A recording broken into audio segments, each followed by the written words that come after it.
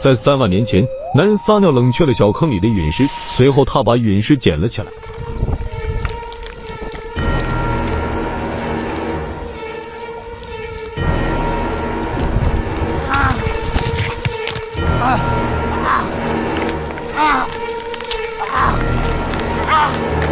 这个就万万没想到，顿时男人口吐鲜血，接着整个人变成了丧尸。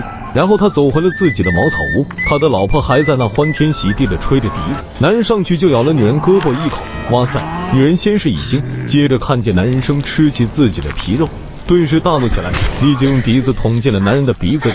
几秒之后，女人也变成了丧尸，于是2只丧尸就在地上厮打起来，顿时番茄汁四溅，丧尸还把女人的脑袋掰开，然后就没有了然后。这一幕是来自2024最新美国恐怖片《给你来点血浆》，感觉是好棒的故事设定，番茄汁估计是要爆浆了。那么这块片外来时将会引发一个什么样的奇特故事呢？且听金彩彩娓娓道来。时间来到了1998年，小帅的父亲杰克自从妻子去世以后，整天喝得乱醉如泥。小帅就希望父亲能恢复到以前的模样，那时的父亲是多么的阳光。为此，小帅经常跟母亲的骨灰瓶说话，仿佛母亲还在人世间。他的死党小迪没事就来找小帅玩，两人都是电影的爱好者，他们希望有天能拍出一部经典的好片。一天，小迪看见报纸上刊登一个小型的电影节将要举办，获奖者将有$2000美的奖励。不过这个电影节分类是恐怖片专项，两人一贯看不起那种爆米花式的电影，所以就不参加了。小帅坚持要拍摄莎士比亚的经典剧作，小迪也持相同的意见。随后他就让小迪去发布招聘演员的广告，报酬是$40美。突然小迪听见怪声，于是走出来看看，小帅也跟着出来。他们看见地上多了一个小坑，目测应该是一个天外陨石，还冒着热气。小帅就想起了阁楼里有很多关于外星人的报道，于是两人就赶紧跑回屋内的阁楼。这时杰克已经醒来，正在看电视，他就嫌弃两人没有把房门关死，于是就起身去关门。这时他也看见了院子里的那个小坑，好奇心驱使之下走了过去，然后用啤酒浇了上去。冷却完以后，杰克就把石头拿在手中仔细观看。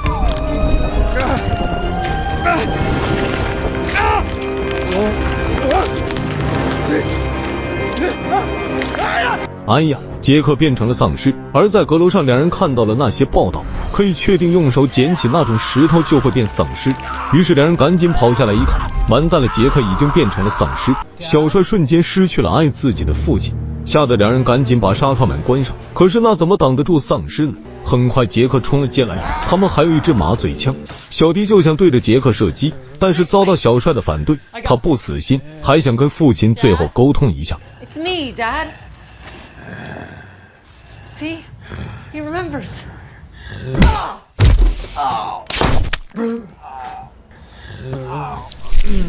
小迪一看麻醉枪没有用，于是就跑到车子上找到一根套马杆，然后他们躲在门外等杰克出来。小帅就用套马杆把杰克的脖子套住，这样他们就制服了杰克，把他暂时关进储物室。就在这时，玛丽看见招聘广告就来应聘，不过他是毛遂自荐来当助理的。小帅为了不让外人看见杰克那个样子，就先答应了。这时又来了珍妮，她倒是来应聘演员的，因为她符合小帅的要求，所以小帅就答应了。但是珍妮想多聊几句，于是赖在那里就不走。哪知道杰克还是跑了出来，结果两位女士以为小帅他们是在排戏，也就没当一回事。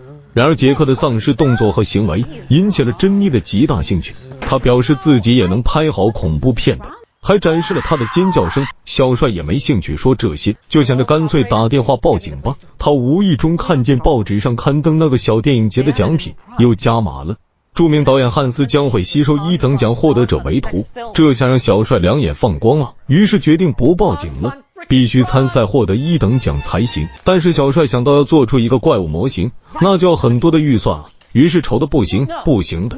还是小阿三聪明，拿着录像机拍摄着关在房内的杰克，明摆着这就是现成的吗？杰克还来了一点恐怖气氛，这下可把珍妮看兴奋了，他觉得这个恐怖片肯定有盼头。小帅也是越看越觉得就是啊，于是这个草台班子搭建完毕，丧尸杰克，男主小帅，女主珍妮，助理玛丽，摄影师小迪，明天正式开工。隔日玛丽先到，她制作了一点红色的假血浆，但是遭到了小帅的反对。他认为他的恐怖片是不会有血浆这种东西，这是一部艺术化的丧尸恐怖片。玛丽表示反对。 This is the first movie in the history of mankind to have a real zombie in it, and you're gonna water it down with artistic principles. 就在这时，玛丽来了。她表示昨晚她遇见了举办电影节的那家电影公司老板亨特，他们约好过几天，他会来这里看看小帅拍摄的怎么样。这下小帅兴奋至极了。随后他们4人就这样拍摄了2天。珍妮始终无法进入小帅心中所想的那种状态，毕竟他要的是那种带艺术性的丧尸恐怖片。小帅无意间发现玛丽反而有那种味道，于是就想把珍妮替换下来，结果被珍妮偷听到了。小帅为避免玛丽晕镜头，特意还把镜头上加装了装饰物。第二天，珍妮就跟小帅大吵一架，威胁要把亨特的联系方式烧掉。小帅只好答应让珍妮继续当主角。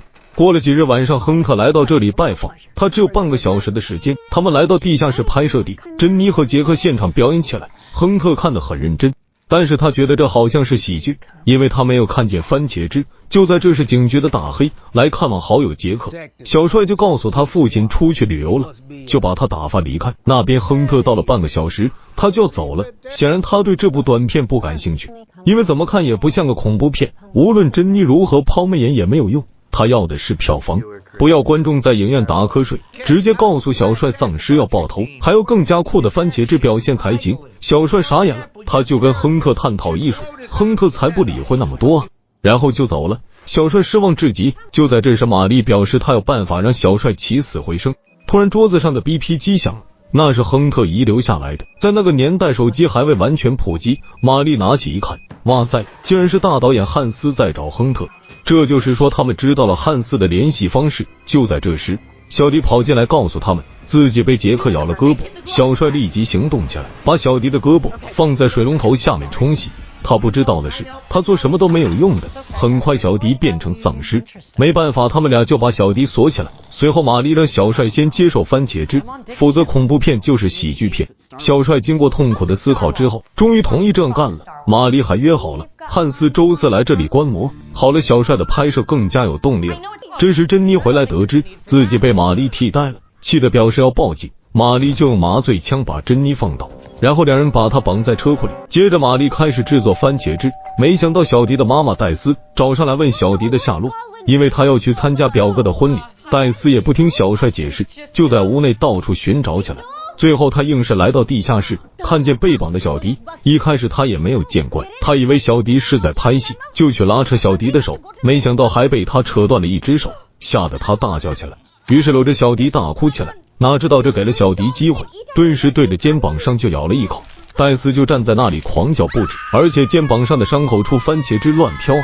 这下被玛丽看在眼里，她觉得电影里应该有这样的场景才行。时间来到周3晚上，玛丽亲自下场表演那些番茄汁乱飞的场景，她是真的往丧尸身上砍杀。当然番茄汁拍摄的就会很自然，残肢乱飞。小帅在一旁呕吐不止，他其实是晕血的，反正丧尸已经不是人了。玛丽也没有这方面的心理障碍。到了周4上午，小帅还给珍妮送去一点吃的，结果还被他吐了口水，看样子他没饿透。这个白天又补拍了一些镜头，随后小帅就在电脑里开始剪辑。最后傍晚前，终于恐怖短片完成了出口。小迪还把戴斯的耳朵扯下来吃了，而玛丽累坏了就躺着沙发睡着了。这时门铃声响起，小帅透过猫眼一看，还是大黑。这下麻烦了，他肯定是来找杰克的，于是换好干净的衣服，打开房门让大黑进来。大黑已经对杰克的消失感到困惑，他又来查看杰克是否回家。当然小帅也不傻，知道大黑的目的，于是开始糊弄大黑尽快走人。与此同时，珍妮就在想办法挣脱胶带，她的挎包里有打火机，她就想用脚点燃打火机烧烂胶带，可是她没有做到。接着她想起了包里还有面粉，于是狠吸了几口，顿时力气倍增，挣脱了嘴巴上胶带，先是大声喊叫，可是屋内的人照旧听不见。随后大黑上厕所的时候，无意中发现杰克遗落的钱包，他觉得杰克肯定出事。小帅也不傻，就拿着麻醉枪指向大黑，大黑立即掏出手枪，双方对峙起来。就在这时候，珍妮跑到了窗户边求救，导致小帅走神，被大黑打掉了他的麻醉枪。与此同时，在地下室的3个丧尸一用力，就把污水管道弄断。哇塞，管道里面自然有一些恶心的气体，但对于丧尸来讲就是兴奋剂。3个丧尸嗅闻后，顿时力气倍增，动作敏捷了很多。珍妮跑进来向大黑报警，哪知道杰克首先跑过来把大黑扑倒，然后咬了一口，接着戴斯过来追着珍妮不放。小帅就捡起麻醉枪，对着小迪就是一枪，暂时有点用，然后就把玛丽拉上2楼躲起来。没想到戴斯竟然从窗口发起了进攻，在小帅勇猛的反击之下，把戴斯这只丧尸打到了1楼。然后玛丽就要打报警电话，可是门铃声响起，小帅认为是汉斯来，就阻止玛丽打报警电话，然后还把玛丽打晕，他就从2楼跳窗下去。正好汉斯因为敲门不开，打算要坐的士离去，于是小帅及时拦住汉斯，然后去车库为汉斯放映了短片。这部短片完全把汉斯震撼到了，认为这是一部惊世的作品。小帅用丧尸恐怖片表现了博大的父爱之情，他准备好好培养小帅，把他变成参天大树。汉斯邀请小帅共进晚餐，小帅想起了玛丽，就让汉斯在客厅等一下，他去叫上玛丽一起去吃饭。汉斯在客厅的冰箱里拿了一罐饮料，这时戴斯跑了过来，瞬间把汉斯扑倒，咬了一口。小弟也冲上了2楼房间，小帅自然拿起小斧子对杀起来，接着那些丧尸陆续的跑了上来，双方就是一阵子的撕，玛丽也是毫不手软。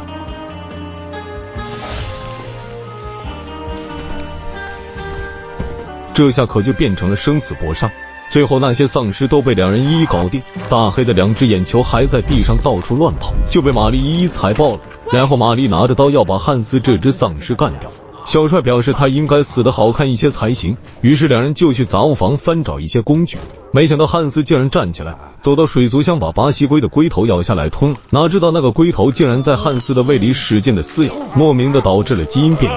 万万没想到，汉斯逐渐变成了一只不伦不类的大龟啊，还把水桶了的番茄汁全部喝掉，里面有一把大黑的配枪，也被汉斯大龟吞了进去。小帅一看自己手上的电锯对付不了他，于是转身就跑了，可是被大龟破门抓了回来。玛丽也赶来帮忙，小帅只好一手拿着摄像机拍摄，一手挥舞着电锯搏杀。杰克也赶来加入战团，不过他最后还是认出了小帅，没有下死手。大龟把玛丽打晕了，马上就要下死手，小帅就用香蕉把大龟引到院子里，最后还是被大龟抓住，眼看就要不行了。杰克走了出来，这时小帅眼前一黑，等他醒来一看，是杰克救了他。大龟被打倒在地，杰克拿着摄像机给他，这时大龟竟然又爬了起来，小帅就让杰克继续拍摄，他要去当一次英雄。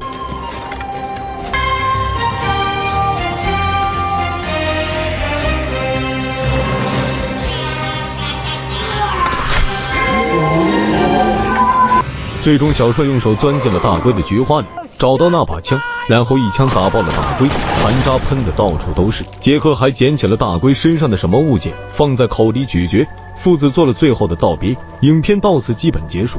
我认为本片拍摄的很不错，满分5星我给打分4星。没想到吧，这是一群20岁左右的年轻人参与拍摄的影片，于2024年10月25日在美国上映，目前全球的口碑非常好，无论是故事的设定还是想象力都是超常发挥，尤其是最后大导演变成了龟仙人，简直是神来一笔，暗示新锐导演没有把老导演放在眼里。本片的番茄汁管够啊！好了，谢谢大家的捧场。